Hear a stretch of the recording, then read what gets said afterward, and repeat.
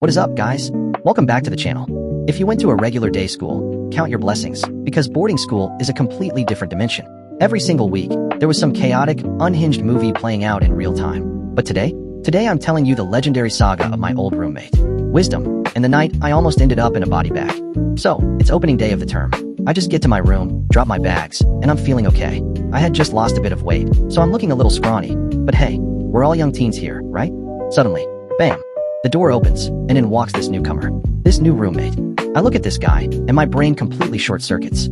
I am staring at an absolute unit. This man is jacked, heavily jacked. Bro was built like a Greek god, looking like he belonged in a high-end manhwa or a senior varsity football team.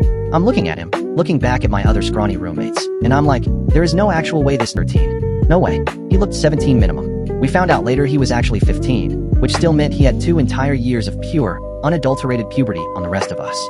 We called him Wisdom, and at first, Wisdom was just the quiet, silent, but deadly type. He kept to himself. But let me tell you something about quiet giants. You do not poke the bear. It's a Saturday night, the peak time for boarding school nonsense.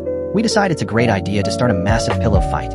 It's me and this other kid, Nash, team building against the titan himself, Wisdom. We're laughing, pillows are flying, everything is fun and games until whack. Wisdom gets clipped right in the head. The room goes dead silent. Wisdom slowly lowers his pillow. You could practically see the anime rage lines appearing around his forehead. He didn't just dislike getting hit in the head, he was pissed. He drops his pillow entirely and just starts throwing actual fists. Now, for some wild reason, I had a sudden surge of unearned confidence. I had been working out a bit, so I thought, hey, I can handle myself. I step up to the plate. I actually managed to land a first punch. A second punch. I'm thinking, okay, maybe he's still playing around with us. Narrator voice. He was not playing around. The exact millisecond I landed a solid jab on him, Wisdom went full John Wick. He unleashed a combination of 1, 2, 3 absolute haymakers. He throws 2 body jabs straight to my ribs. Boom, boom, and then clips me right in the skull. I felt every single one of those in my soul. My confidence evaporated. My survival instinct kicked into overdrive. I hit the deck and screamed, nope. I scrambled out of that room, sprinted into the night, and literally vaulted across the entire garden, separating the Form 1 and Form 2 blocks. I hit the forbidden pathway, the one we're strictly never supposed to step on, and dive-bombed straight into Wisdom's older brother's room, just so he could call his monstrous sibling off. His brother ended up giving me a lecture too, but listen, I survived. Chapter 3, The Long Game, Colgate Herbal Edition. Now, if you know anything about me, you know I have an ego.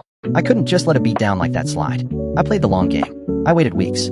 I waited until the very end of the term when the school was hosting a massive cross-country trip. The departure time for the tour buses was set for 3 a.m. Now, I knew if I fell asleep, I was going to miss that bus. So, me and my friends pulled a classic boarding school all-nighter. Around 2 a.m., looking at Wisdom sleeping peacefully in his bed, the intrusive thoughts won. I whispered to the guys, I'm gonna prank Wisdom. They looked at me like I was insane. You wouldn't dare. If he wakes up, he's going to obliterate you like last time. But I had a secret weapon. In my country, we have Colgate herbal toothpaste. I don't know what chemicals they put in this stuff, but when it hits your skin, it doesn't just feel minty. It feels like a localized ice age. It gets dangerously cold. I grab the tube, creep over to his bed like a cartoon villain, and start painting it under his eyes. I smeared it on his nose. I literally drew giant rings around his entire eyes so the icy, burning chill would target them directly. I was being a cruel, malicious little boy, and I was loving it. And then, the plot twist. Wisdom opens his eyes, right in the middle of the application. My heart drops into my stomach. Time slows down. He blinks groggily, looks up at me, and mumbles, yo, what are you doing? My brain goes into hyperdrive. I put on my best, most Oscar-worthy face of pure concern, hold up my hands, and whisper, yo bro, listen. Some guys just came in here and smeared toothpaste all over your face.